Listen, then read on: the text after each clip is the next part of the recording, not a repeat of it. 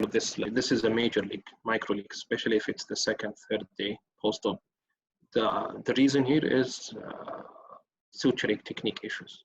Basically, the conjunctiva was not closed very well during surgery.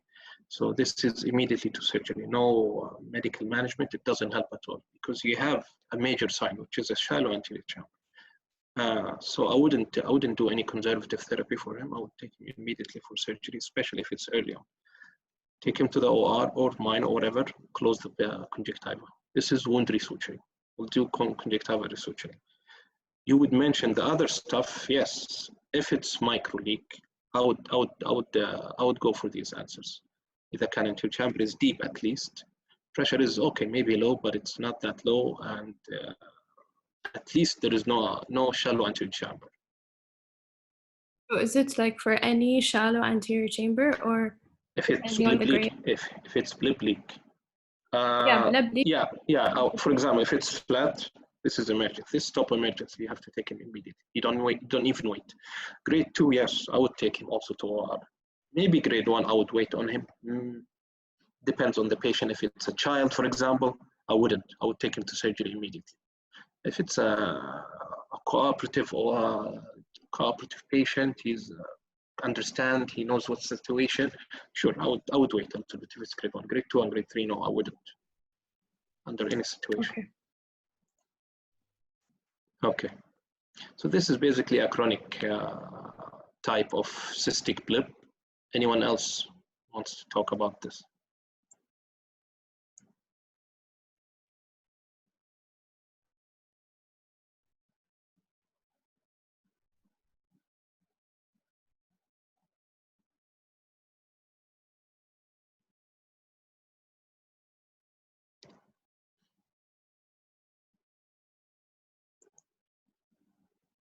Anyone?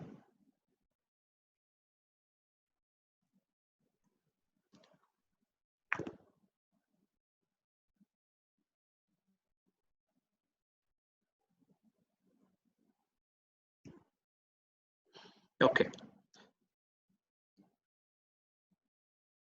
In this,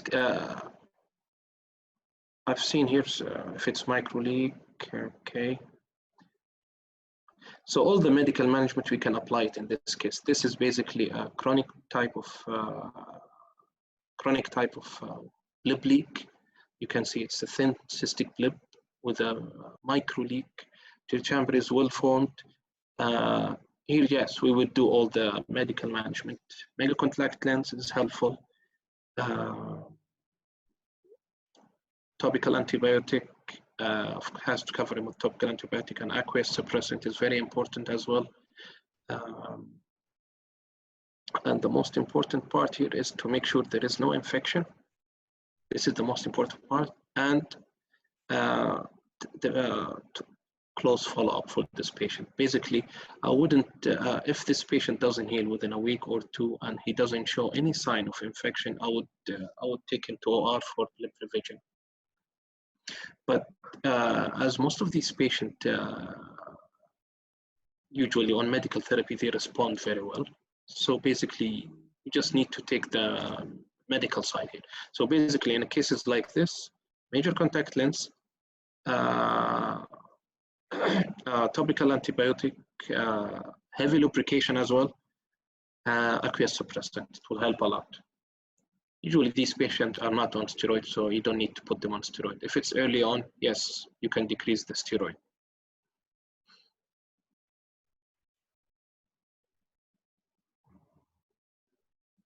So this is an interesting question. If it's a micro leak, how long should we wait before surgical intervention? As I mentioned, if the medical management doesn't help the patient within a month or within first month of 2 to 4 weeks, basically I would take him for surgery, depending on the leak, the situation of the leak. If it's anterior in the bleb or posterior. If it doesn't, of course, if it doesn't respond to any of the medical management, you can also, here at this situation, you can add also autologous blood injection to this patient. It will help a lot. Blood has a lot of coagulation, has a lot of healing factors, so you can inject a little bit of autologous blood injection into this. It will help a lot in the healing as well. If it doesn't, you can go for bleb revision in this patient.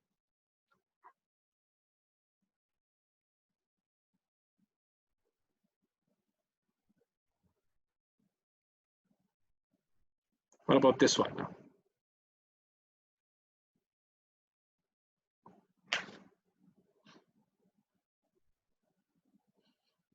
Any volunteer for this?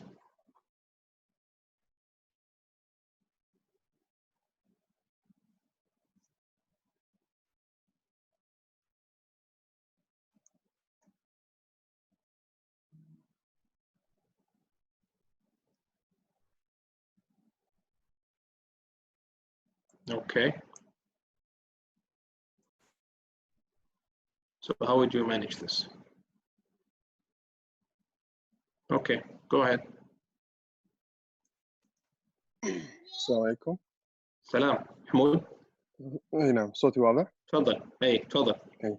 So I'm seeing in the left photo elevated bleb, and I'm not sure about طبعا. I will check the visual acuity, I'll check the IUB, check the AC depth, AC reaction. Also, I completed my examination with dilated fundus exam. Okay. You can see from the fundus exam here. So the fundus exam, طبعا this is showing disc swelling, just vessels. There is like retinal folds at near the macular area, and my impression would be hypotony maculopathy. Okay. So I'm what's the management? Low IUB. Sorry. Yes. So what's the management for this? This patient 1 week post-op. So usually in these patients, the IUB usually below 6 at the time. Okay. What would you do here? Since there is like excessive drainage, what do you expect to find also? I would like, if the patient, sorry? What do you expect to find here as well? Where exactly, sorry? And the examination of the eye, basically. Okay, he has a vision issue now. The patient will have decrease in vision due to this hypotenuse maculopathy. So we have, I mean, the main management is to restore the IUB. Since it's low IUB, we need to. Yeah. How would you achieve that? Maybe we have to stop the medications, like lowering agent medication. I'm sorry, the what? Like IUB, if there is like he's in anti-glaucoma. No, he's post-op, not on any anti-glaucoma medication, but he's on steroid though. So you want to increase it or decrease? We need to increase it actually. We need to increase the steroids to control the inflammation and to increase the IUB. What's the end game here for increasing the steroid? I see conflicting answers here. Increase and decrease. What's the end game? What do you want here? You want to induce inflammation, you want to induce healing here, at least. So the idea here is your bleb is over-filtering. This is an over-filtering bleb, okay? You can see the bleb is really high, and it's over-filtering, and you want to decrease that. Usually, it will respond conservatively with medical management, over 90% of the cases. You can help with decreasing the steroid here to get that healing, that fibrosis under the flap. So it will decrease it will correct itself. The IP will correct itself, the retina will correct itself. Even if there is choroid, it will go by to correct itself as well. So basically, you need to decrease the steroid as well here and observe. Most management here is observation, decreasing the steroid. You can wait for a week to basically, if it doesn't respond here, what's the next step? Let's say this patient doesn't respond. 2 weeks, 4 weeks, and he has this. Now you're afraid of what? The hypotenuse maculopathy. What would it lead to? Permanent damage to the photoreceptors. Phthisis will buy less of the. Permanent damage to the photoreceptors, which is something you don't want. So you have a tight window of 4 weeks. You need to do something before that. What would you do here?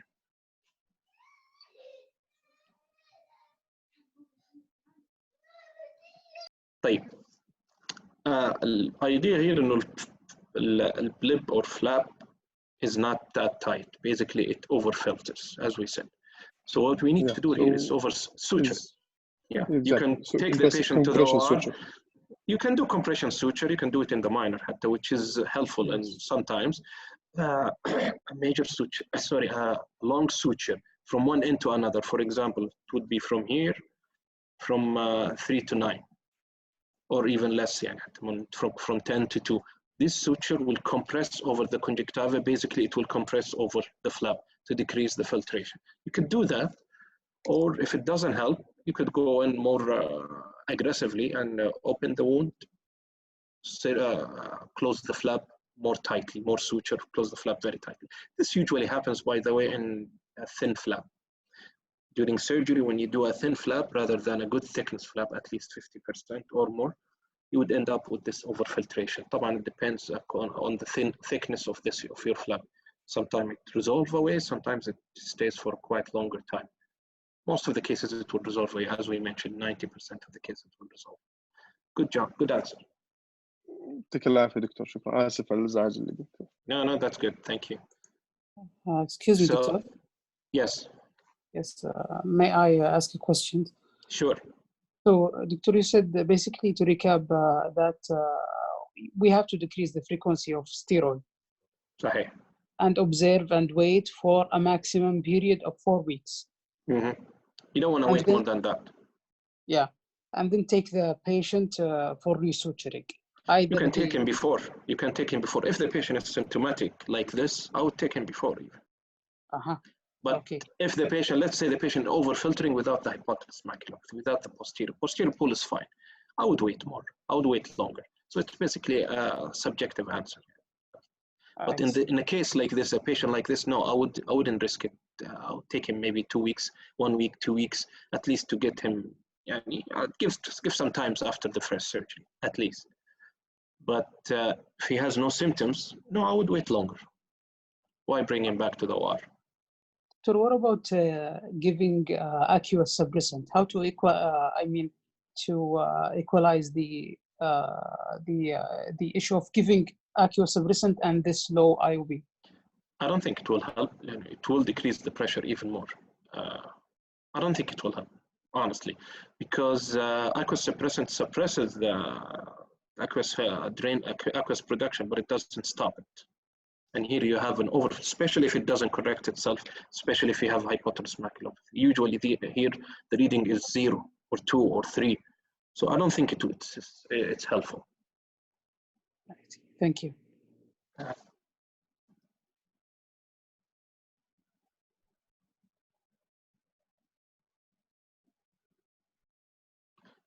That's a good question. Yes. What about autologous blood injection or gas injection, for example, before trying to hurry up to the OR?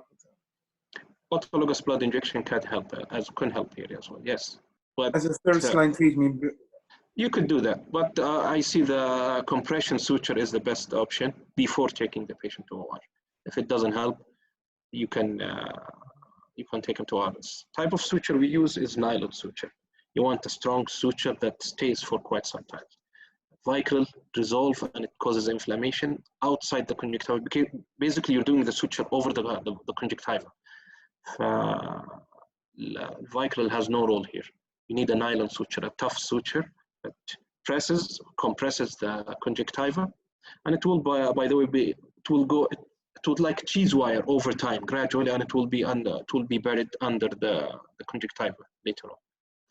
Now, it's a good question here. If you have a thin flap during surgery, what would you do? You can go deeper. You can make another flap under the previous flap and make your previous flap thicker.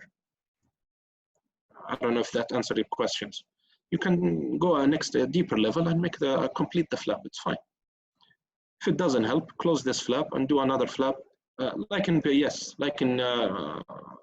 sclerectomy. But you keep those flaps together. You suture them together when you close the flap. You deal them. You deal with them as if it is one flap, basically.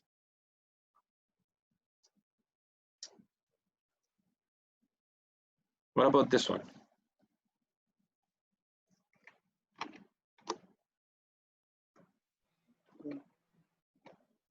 دكتور ممكن نجاوب؟ تفضل. This is slit lamp photo of the eye showing shallow AC, hazy cornea, and on the left side, on the right side, showing cyclodialysis cleft.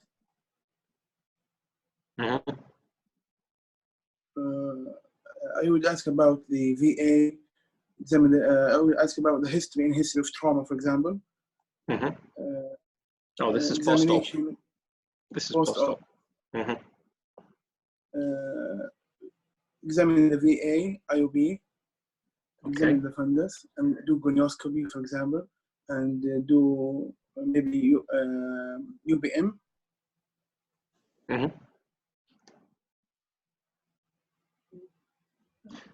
That's it. So what's cyclodialysis basically? Separation of scleral spur from the ciliary body. Okay, it's the opposite. Separation of the ciliary body from the scleral spur. Sclera is the wall. The ciliary body is separated from the sclera itself. And yes, it's a complete separation, exposing the suprachoroidal space. So what do you expect the pressure here? It's a shallow anterior chamber. What do you expect the pressure here to be? Low. It will be low. Okay. Okay. Yes. What would you do here to manage this patient?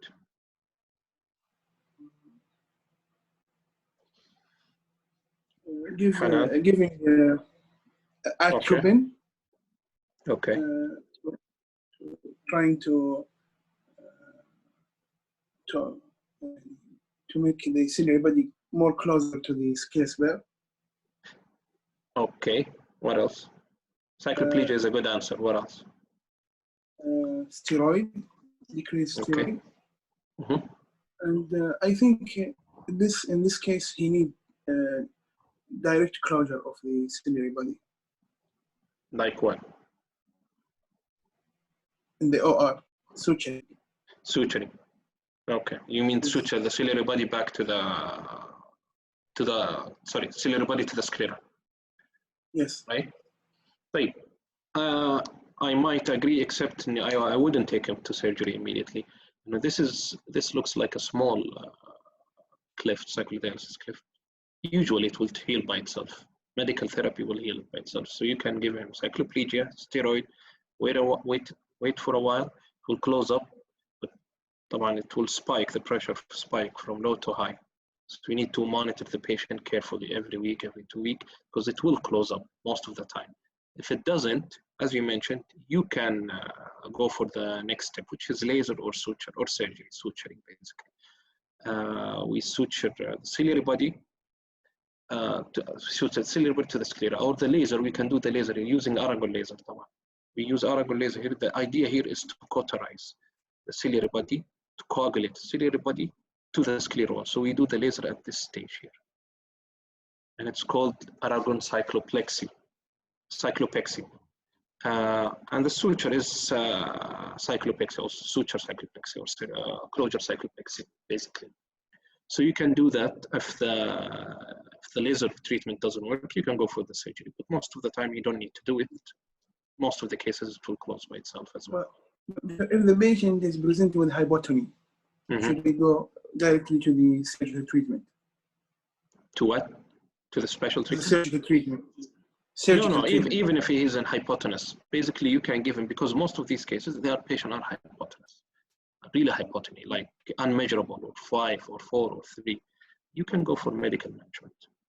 And most of the time it will close up by itself, especially if it's small. You can wait it, it's fine. Okay. Victor, I have a question. I don't know, I remember I read something about CTRs used for the capsular tension rings as to support mechanically the cyclodialysis cleft. I don't know if it's applicable as a surgical option. Or where would you put it? To push the ciliary body back to the wall mechanically. Maybe. This is the theory behind it. Maybe. I'm not quite sure, but one of the best thing to push the ciliary body back to its wall is the cycloplegia. You can do that medically, so it will help. Yeah.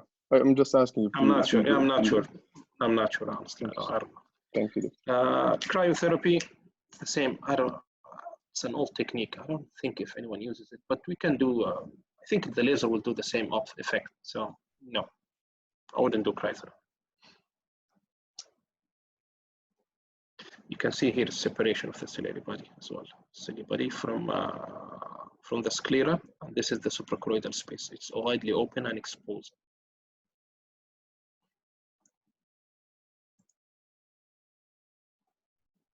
Okay, this one. Okay, Doctor, can I answer? Sure. In the left photo, I see shallow LC, but without lenticular-corneal touch, maybe grade 1. Okay. In the right photo, there is a convex-shaped multiple choroidal detachment, but not kissing choroidals. Okay. I need to do B-scan to differentiate between hemorrhagic versus serous. Okay, this is the IOP of this patient. This looks like hemorrhagic choroidal detachment.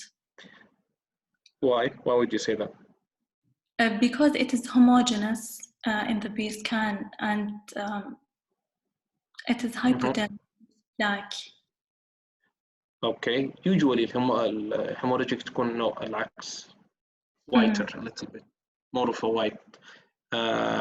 It has a, and it doesn't have, you can see the image here, it's not very clear. It shouldn't be very clear, usually. So, and the pressure here is, of course, low. This is choroidal detachment. You're right, it's about choroidal detachment or choroidal effusion, however you like to say it. And the management here is what, Doctor? So the management here first is medical. I will start the patient on steroids and cycloplegia, and I will follow up for hypotenuse maculopathy. Okay. So you wear it out with steroid, antibiotic as well as what? I'm sorry? Cycloplegia and steroids. Okay. And I will follow for hypotenuse maculopathy. Perfect. Nice. Okay. Next one.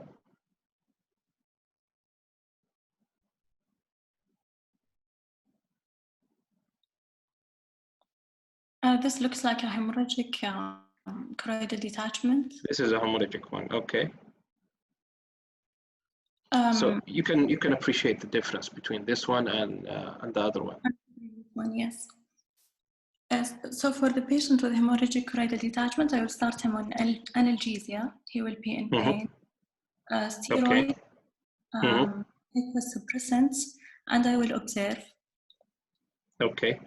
So steroid, you can start here also systemic steroid because there is an element of inflammation at this point. So you can start systemic steroid as well. Systemic steroid, topical steroid, as well as. Sorry. I will observe him for 7 to 10 days. If there is no response, I need to wait for the blood to liquefy. If there is no treatment, I will take him after 7 to 10 days for drainage because this will minimize the risk of free bleeding. Okay. After 7 days, you mean? Yes, 7 to 10. See the difference? This is the B scan of the patient with a suprachoroidal hemorrhage. It's more of a cloudiness rather than a clear fluid because it's blood, basically. Yes, hypertense. Or hyperacoustic, as they say. Okay. So, yeah, you're right. Basically, this is the treatment. Heavy steroid, oral and systemic. Topical antibiotic to cover it. Also, anti-glaucoma medication to get the pressure down. If the patient responds, that's good and well. If he doesn't respond, you give the patient sometimes a week or more, and then you can do drainage for it, of course. Is it true that in case of kissing choroidals or flat AC at presentation, I will go immediately for drainage? These are the indication for immediate treatment or immediate drainage of this patient.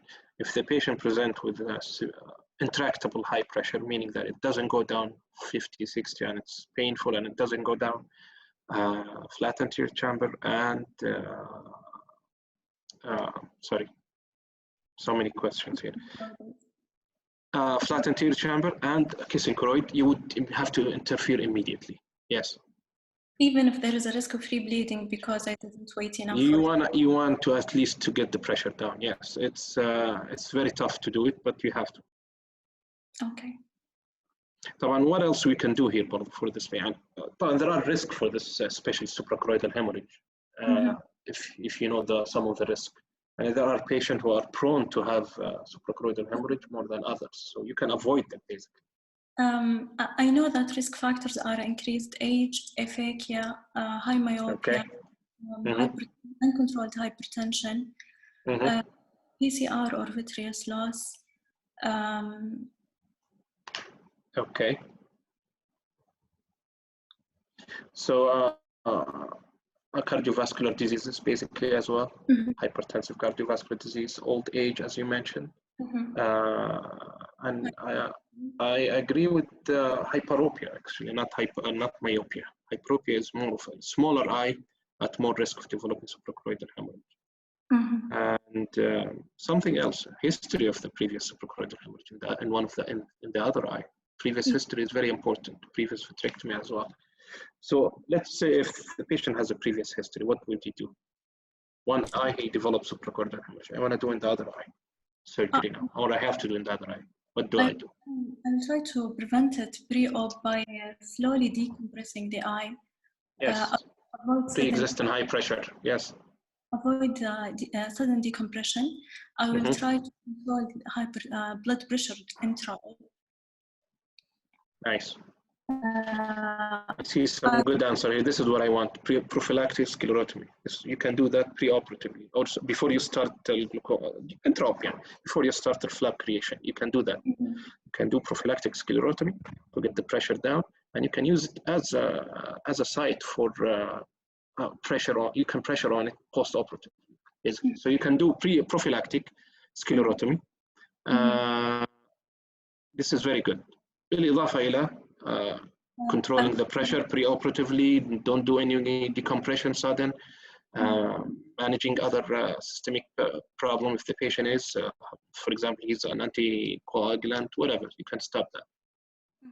Try to create a small wound, maybe place the suture at the start of the surgery. This is my, yes, I prefer this technique all the time. Try to not to get the, try as much as possible not to let the patient, not the eye, let the eye to go into hypotony, like zero pressure. Always make a good, put pre-placed suture in the flap so you can control it immediately. When you do the sclerotomy, you can control the flap immediately. Close it so it doesn't go down into hypotony for a long time. You can put an AC maintainer, sure. I don't do it myself, but yeah, you can put an AC maintainer. It's fine, like in any cataract surgery, yes, or corneal surgery. Good answer. Thank you, Doctor. طيب, next question or next slide.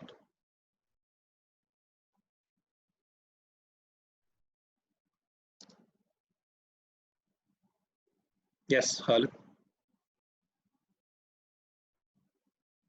Assalamu alaikum, Doctor. Do you hear me? Salam, yes.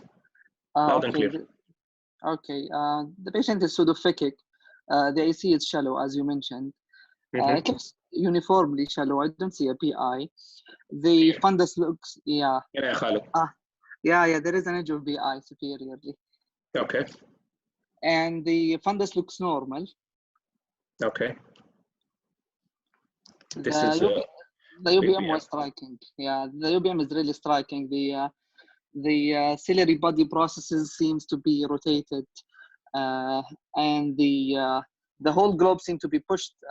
The whole iris lens diaphragm seemed to be pushed anteriorly in a manner that looks like aqueous mass direction. Okay. Like, you want to roll out something else? Because aqueous misdirection is a diagnosis of exocclusion. I agree with you so far. Oh, you want to roll out? Pupillary block, suprachoroidal hemorrhage. You want to check the PI. You want to check the PI. Is it patent or not? That's good. Okay. Yeah. What else? if the PI is patent and the fundus exam is normal, the possibility of aqueous miss is really there. There is no ciliocoroidal effusion here. I think the ciliary body is not swollen or edematous, so still aqueous miss direction is. Okay, so how would you manage this patient? Aqueous misdirection is most likely to be managed medically. 50% of the patient will improve within 5 days. I will start the patient on, I will check the BI if it's patent, then I will start the patient on medical treatment, cycloplegia, strong cycloplegia like atropine. Then I will give aqueous suppressant to control the IOP. I might even give systemic if the IOP is not controlled. And usually that alone is enough to control within 5 days. I will watch closely. How long you would watch? 5 days maximum, depending also on the disc status and the IOP and the other eye. The other eye, if it's normal or not. Yani. There will be multiple factors. If it didn't work, I will go for surgical options. And you would start medically, but then surgically, right? Yes, yes. Perfectly. What is the percentage of patients responding to medical therapy? A large percentage, 50%. 50% will respond. 5 days. Yes, within the first week, they will respond 50%. So if they don't respond in the first week, most likely they will not respond. So this is my, let's say my limit. 1 week, if they don't respond, I'll go for the next step, which is surgery. What surgery here we do? Yes. Maybe in this patient, since it's pseudophakic and there is a PI, I might even try in the clinic to do mild disruption of the anterior hyaloid face. I might do YAG peripheraldectomy with an attempt to disturb the anterior hyaloid face, if possible. YAG hyaloidotomy, basically. Okay, yes. That's a good option. You can do it here, طبعا. The PI is patent, so you can do it through the PI, or even you can do it through the pupil. It's fine. Either way. Okay. Yes. And then afterward, I might, if the patient is pseudophakic, I might go for a core vitrectomy only. I need to remove a good amount of vitreous, not just shy core vitrectomy. Why? I have. What do you think the idea is? What's the idea behind this? There is multiple theories, but I think that choroidal expansion and like the vitreous bulk itself is pushing anteriorly is a really acceptable theory. So what you're doing is basically removing this pocket of vitreous. So on aqueous misdirection, by its name, aqueous instead of going anterior, it's going posterior basically. Yes, so if it's making the vitreous go anterior. Yes, it gets trapped in the posterior part, in the vitreous. So if it gets trapped, it doesn't have anywhere to go. It enlarges. So but there is a pocket of aqueous in the vitreous. Yes. You would do core vitrectomy. You would do debulking basically. That's good. Perfect. The problem is aqueous will still come back and will form it again. So the aqueous, if it starts to produce again, the way entrance حق aqueous is still there. It will go back again and it will create the pocket again. Do you get my point? Is that clear? Yes. So what else do you need to do? You need to do debulking. That's fine. Well, what else do you need to do with it? After debulking of the vitreous? Yes. You said disrupt the hyaloid with the YAG laser. I would do the same with the vitrector. It's the same thing basically. Yes. You go for deep vitrectomy, core vitrectomy, that's fine. And then you go for you disrupt the anterior hyaloidal face, anterior hyaloid basically. The problem here is the anterior hyaloid is, for whatever reason, it allows the fluid to goes backward. Within it goes backward. It's like a one-way valve. So the fluid goes in, it doesn't go out. You need to destroy the anterior hyaloid face. Basically, you need to destroy the anterior hyaloid face with the iris, with the zonule, and it's in one track. We call it hyalo-zonulo-iridectomy. Or you can go with the opposite, irido-zonulo-hyalodectomy. However it goes, doesn't matter. So you need to create a long fistula, basically, between the anterior chamber and the posterior chamber. So the eye becomes one chamber. Unicameral. If you make the eye one chamber, you basically treated the disease. That's fine. Yes. I will give attention to the other eye also. Any Yes. surgery I will do, I have to take very good precautions before, because they tend to also do this and that. Yes, previous history is expected in here. Yes.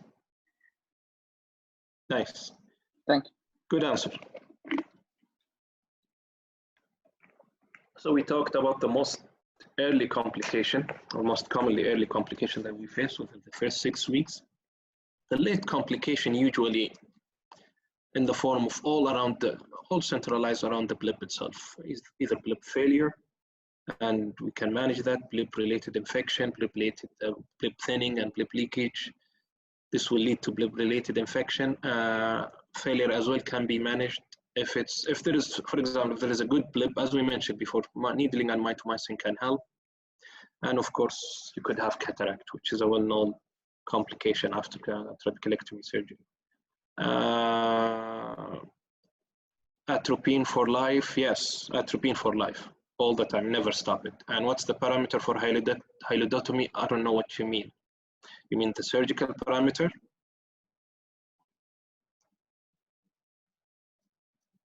Laser, the same as the YAG laser, basically. The same as the YAG laser. You put the YAG laser on the 1 millijoules, starting from 1 to 2, and the duration is fixed on the YAG laser machine. You can shoot.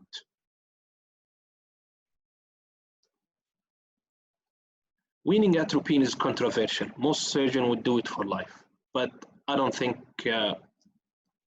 it's a controversial issue. It's really controversial. Most surgeons say for life, and in the book you'll find it for life. Some surgeons, they stop it after a while, 1 year, 2 years, but at least you need it. For sure, you need to use it for a long, long time. 1 month, 2 months is not gonna cut it. So let's talk about this late complication of glaucoma surgery. Yes, anyone?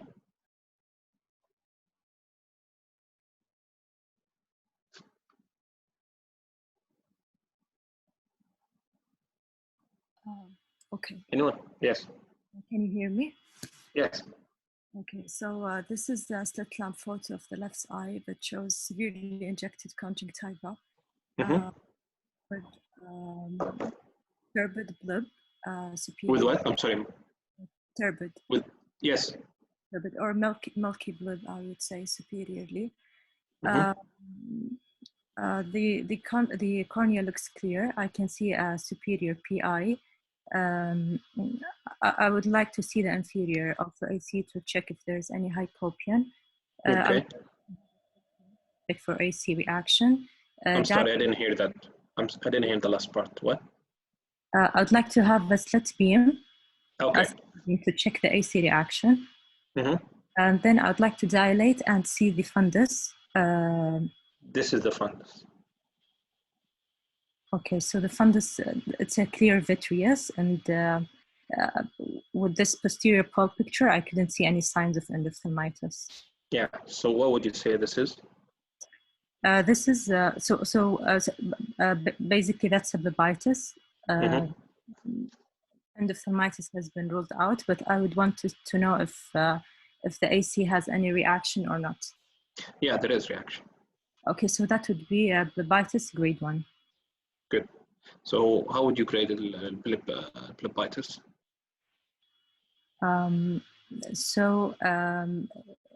Sorry, that would be grade 2, not grade 2. So yeah, grade 1 is basically just a local inflammation. Localized to the bleb, grade 1. The grade 2 in the anterior chamber, and grade 3? Exactly. Grade 3 is vitritis, basically. So perfect. Okay. So what would you do here? What's the management here? Okay, so I'll start. This patient came to the ER. What would you do? I'll start by taking the history first. I need to know when was the surgery done? 1 year, 2 years, long time ago. Okay, and is the patient's any current medications? Nothing. No, nothing. Okay. So regarding the examination, I would also want to check for a leak in such a patient. Okay, that's good. Yes. Okay. What else before that? I would take a conjure swab, though some say it's controversial, but I would take a conjure Good. swab. Before that, Check the IP and the vision. before the vision. Yeah, this is what I want. I want to check the vision first. Yes. It's the most important part.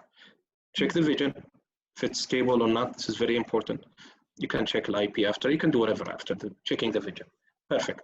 Checking the vision. What else? IOP. Okay. Also, we ruled out a leak. Mm-hmm. You want to rule out if there is leak or not. Yeah, so you want to check if there is leak or not. Hello. Yes. Then maybe I can proceed with the conjure swab. So then what? Sorry. You did a conjure swab. Perfect. Okay. So this what do you expect to find, by the way? If it was early blebitis, most common are Staph aureus and epidermidis. If it was late, then I would think of Streptococcus. Why? What's the difference? Why would you say that? No, Streptococcus is absolutely more virulent than the Staph. No. I mean, why would you say if it's early or if it's late? Why the distinction? The management maybe be different. No. That's not what I meant. I meant you said if it's an early infection, early post-op, most likely this is Staph aureus, which is correct. If it's later on, most likely it's Streptococcus. How come it's different?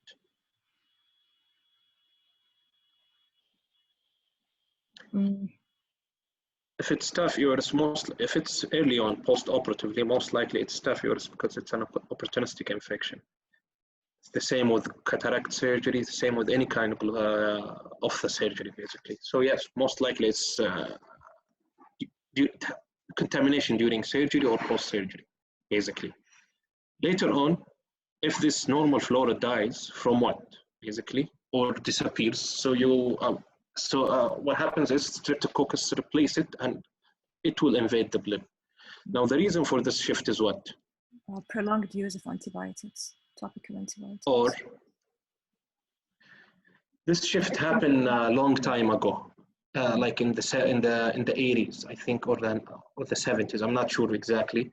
There used to be a shift. It was Staph aureus all the time, and then something happened during glaucoma surgery.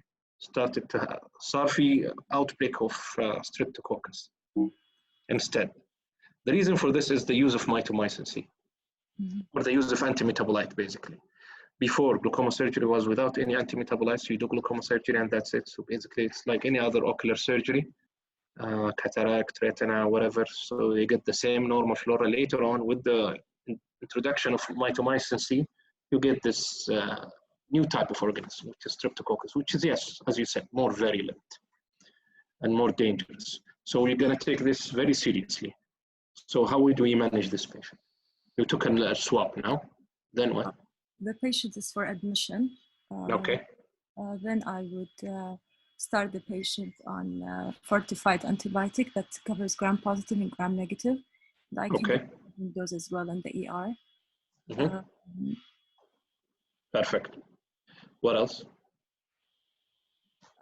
This is grade 2, so I can also consider a systemic. Some do give systemic antibiotics in such a case.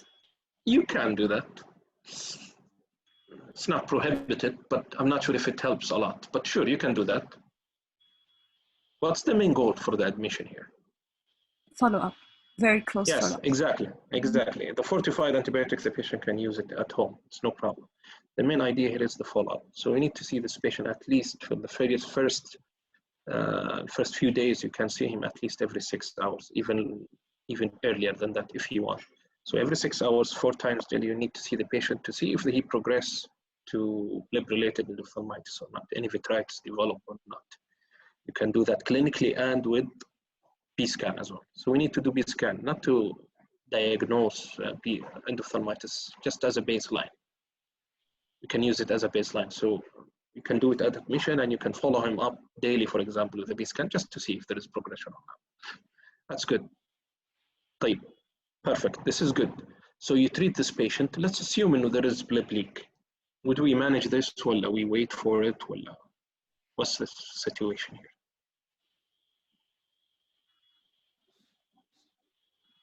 So I think that the most important. Most likely هيكون في bleb leak. Okay. يعني هذا اليوجوال. So what we do? Would we treat this, or would we leave it, or would we treat it now or later? I would focus on treating the infection at this point. Perfect. That's 100% true. What else? Would you treat it now? Or you leave it later, for example? You mean? Will you leave it open? Maybe, I'm not sure, but it depends on whether it's micro or macro leak. Usually it's micro leak. إذا كان will form anti-chamber حتكون micro leak. At Yes. this thin cystic bleb في الغالب إنها micro leak ما حتكون major macro leak. But, I mean, okay. is maybe with the resolving of the infection, some fibrosis might occur and just close the Perfect. leak. Yes, So, you can remove. You can take it. Don't touch it. Don't suture it. Don't cover it with anything. Leave it as it is. It's basically like any abscess in the body. You leave it open. You drain it, then you close it. You don't close it while it still have a pus. So it's a pus. So leave it as it is. Don't treat it surgically. Later on, we can manage it either medically or surgically. But for now, we treat an infection. Leave the wound open. Even some physicians, they even open if it's the wound, if closed and there is no major leak, they open it just to get like a debulking. They get the pus outside. They get the pus. You get the pus released basically. I'm not a big fan of this maneuver. Just leave it as it is. Don't touch it until we heal the infection. Very good. Wait, what if this patient, for example, admitted him overnight, we saw him every 6 hours, he's doing fine, then this happened. This is the next day. Yeah, so this has to be managed as endophthalmitis. Yes, so this is bleb-related endophthalmitis, صار في عندنا vitritis. It could be severe, it could be mild. What would we do here? Do you want to continue on the medical management, or do you want to inject, or do you want to go for surgery? Generally, we have a low threshold to go for PPV in these cases. Okay. However, maybe I would start with tap and inject, and maybe follow up the patient after a few hours and see how. Okay. So I like the answer of low threshold for surgery, for intervention. Yes, because the microorganism here is very virulent and very aggressive. I would go for surgery immediately for this case. It looks aggressive actually, but let's assume it just started. I mean, a lot of minimal cell vitritis, minimal cell in the vitreous. I would still go for surgery. Tap and inject, you could do that. I'm not a big fan. I would go for surgery. Basically, باختصار, treat it as serious as possible. Don't treat it like the cataract endophthalmitis. And would you go for like, even if you're planning or he was already being prepared for surgery for PPV, would you do tap and inject meanwhile? Before, yes. Yeah, I might do it like this as a preparation for surgery. But I think surgery is on the table all the time. If there is vitritis, immediately go for surgery. You could go for tap, just to prep the patient for surgery. Yeah, you can do that, but it's not the treatment. You have to go for surgery. Okay. Good. Perfect. Thank you for your answers. Okay, so basically this covers most of the glaucoma surgery, whether it's trap, tube, deep sclerectomy, however the glaucoma surgery goes. If you have any question, we can answer them before we go any further. It's a bit of few slides. كان طولنا شوي بس it's a little bit of slides.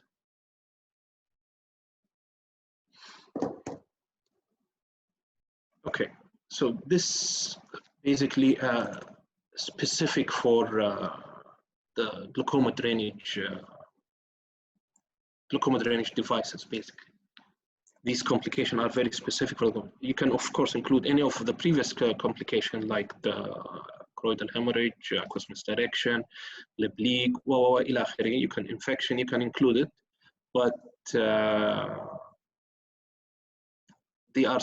these complications are very specific for glaucoma drainage devices. So anyone can guess, if we implant, let's say if we did Ahmed valve implant or Barvelt valve implant or whatever, what complication we have specific for these. Okay, what else? Okay. You can mention the previous complication, fine. I need something specific for these glaucoma surgery. Yes, decompensation, corneal decompensation, corneal complication, erosion and erosions basically.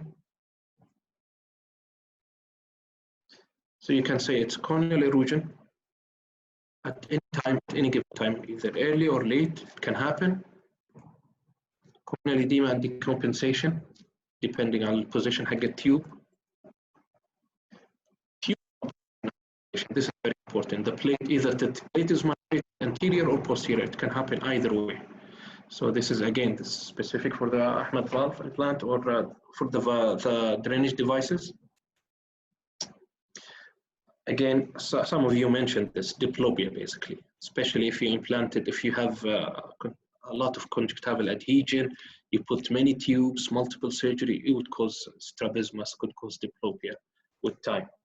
So these are the specific for drainage devices basically. Some of you mentioned failure and blockage. This happens even with the filtration surgeries. It's the same basically. I'm talking about something specific. So let's talk here.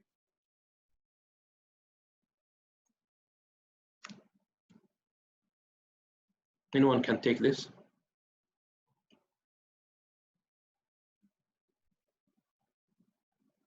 Okay, exposure. What's next?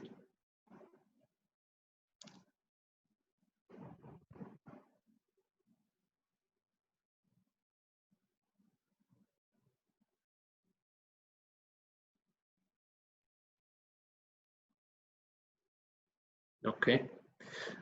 Here it's very important to examine the whole part of the eye. Why the exposure happened, basically. You can see the patient has extensive blepharitis. Basically, he would have dry eye syndrome. So we need to treat that as well. Okay, you can treat the exposure by do revision and put some pericardial patch and close the conjunctiva, but again, it will be exposed again. Most of the patient, if it happens once, it will happen again and again. Basically, there is a reason, a hidden cause for it, and it's usually staring you in the eye, basically. Like here, extensive blepharitis, severe dryness. Sometimes the profile of the bleb or the profile of the tube itself is high, so you need to tie in the tube very tightly to the scleral wall itself. The profile meaning that the elevation of the tube, the thickness or the elevation of the tube itself. So if the profile is high, like in, for example, let's say Ahmed valve has a higher profile than in Barvelt or the Multinus, basically the chances of erosion there is much higher. So you need to deal with that. You need to make the tube as flat as possible, touching the sclera, so it doesn't happen again. And of course, the most important, you have to rule out infection. There is no question about that.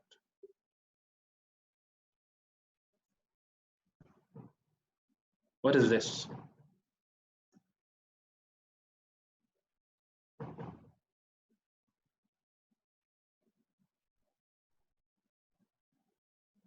Any answer? Okay. So yeah, this is a tube migration, anterior migration of the tube. If it's early on, after the surgery, most likely it's surgical technique. The tube or the plate wasn't sutured very well to the sclera. So you need to put this patient back to the OR, bring this patient back to the OR, and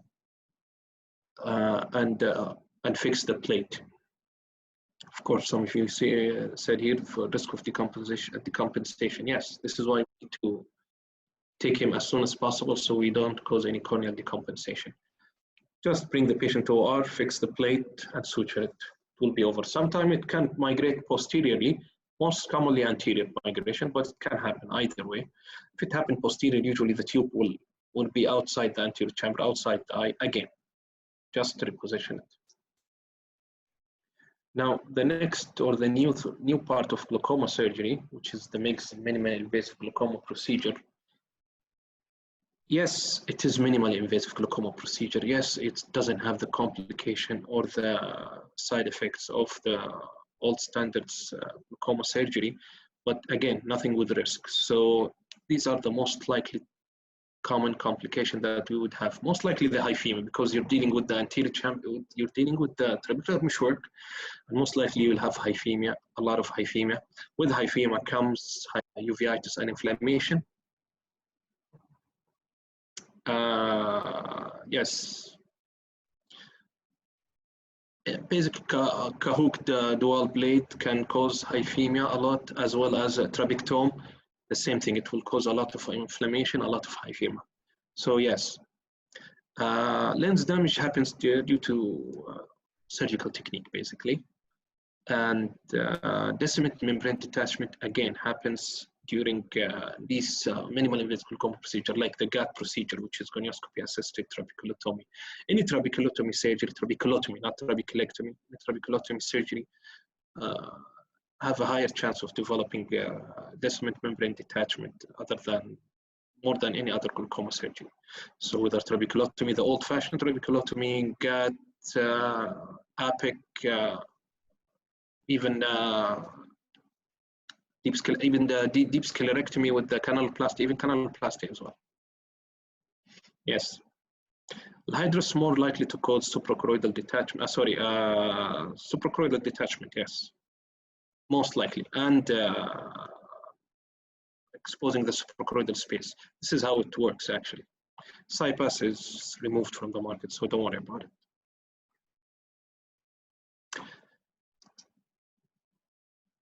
Yes.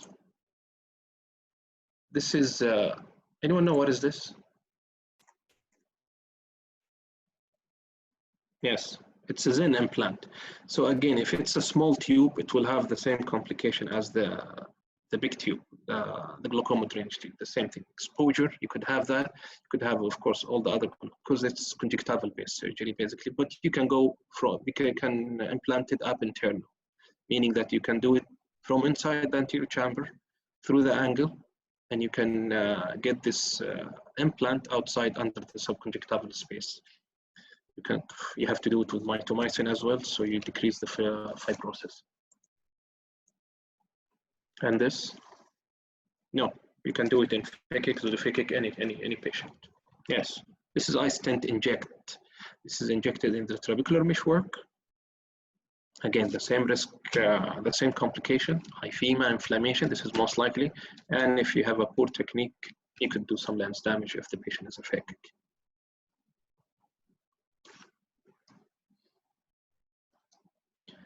Any questions?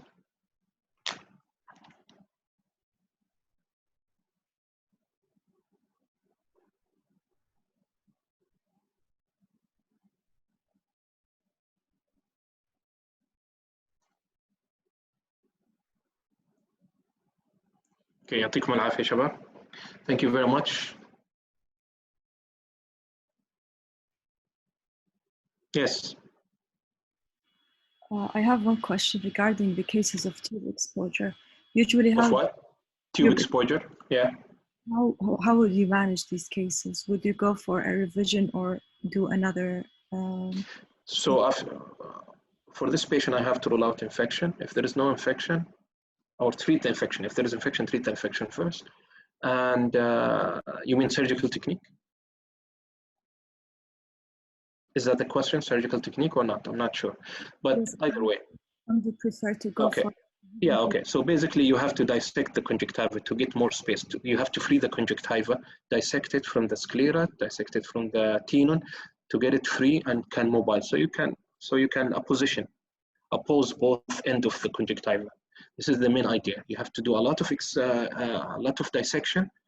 Then you have to cover the tube, of course, with pericardium, sclera, cornea, any kind of patch that you can use, and close the conjunctiva. Yes. يعطيك العافية دكتور، ما شاء الله very nice presentation.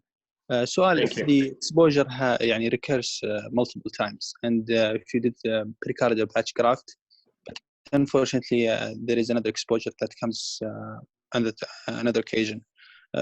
Is there like a limit where you would remove the plate with the tube or change the direction or Yeah, I would keep the tube and I would still do revision until I cannot do anymore. Basically, if there is the conjunctiva, it's very short and I cannot do it anymore, I have to remove the tube. But yeah, you can cover the tube at any time, 3 times, 4 times. There is no limits. Depends on the patient. If you have a good conjunctiva, sure, I'll do it. Is there what? Okay. Is there like a preferred technique that you prefer with using the patch graft or? No, just get the patch to cover the tube, the whole tube. It doesn't have to cover the plate. Cover the tube and cover the entrance of the tube into the anterior chamber. Okay, tie it very well to the sclera so it doesn't have a high profile. That's it. So same effect as double layered. You can do it double layer, single layer. It doesn't matter. I don't think it matters, but it matters with the structure itself. For example, pericardium is okay, but I would use scleral. It's much more stronger, much more durable. Cornea as well. Perfect. So thank you so much. Yeah. Really appreciate it. Great presentation. Yeah. So hyphema is a good sign. Not hyphema per se, bleeding is a good sign if you do any angle surgery. It means that you are in the trabecular meshwork. So it's basically a blood coming, backflow of blood coming toward you, which means that you are in the trabecular meshwork, which is a good sign, but you don't want hyphema, a lot of hyphema, sure. Infection, you would remove a tube? No. I can treat a tube very fine, especially if there is no. So I can treat the tube, treat him with heavy antibiotic until the tube is cleared, the infection is gone, then you can switch to the conjunctiva.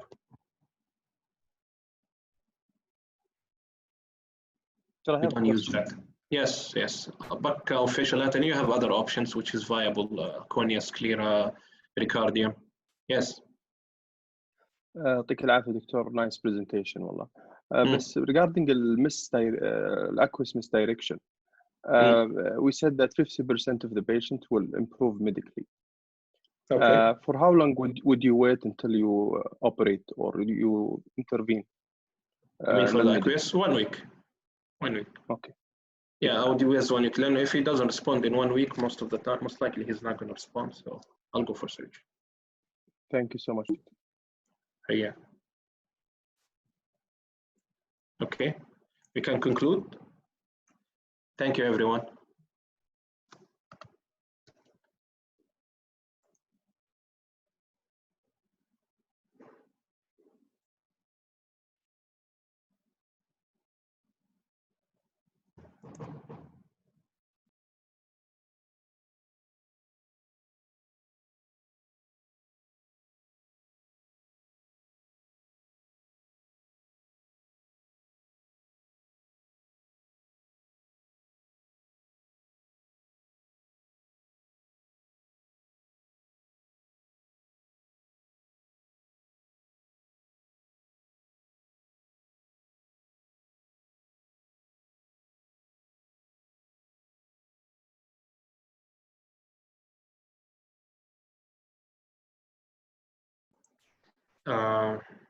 What do you mean by the least modality of drainage devices regarding infection? I don't understand the question. Could you elaborate, please? Do you mean what kind of device has less infection, or I don't understand. Sorry.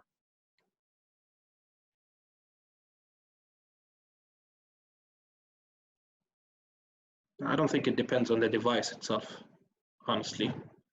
I'm not aware if there is any more, if any device has more infection than the others. No, I don't know. I don't think they do.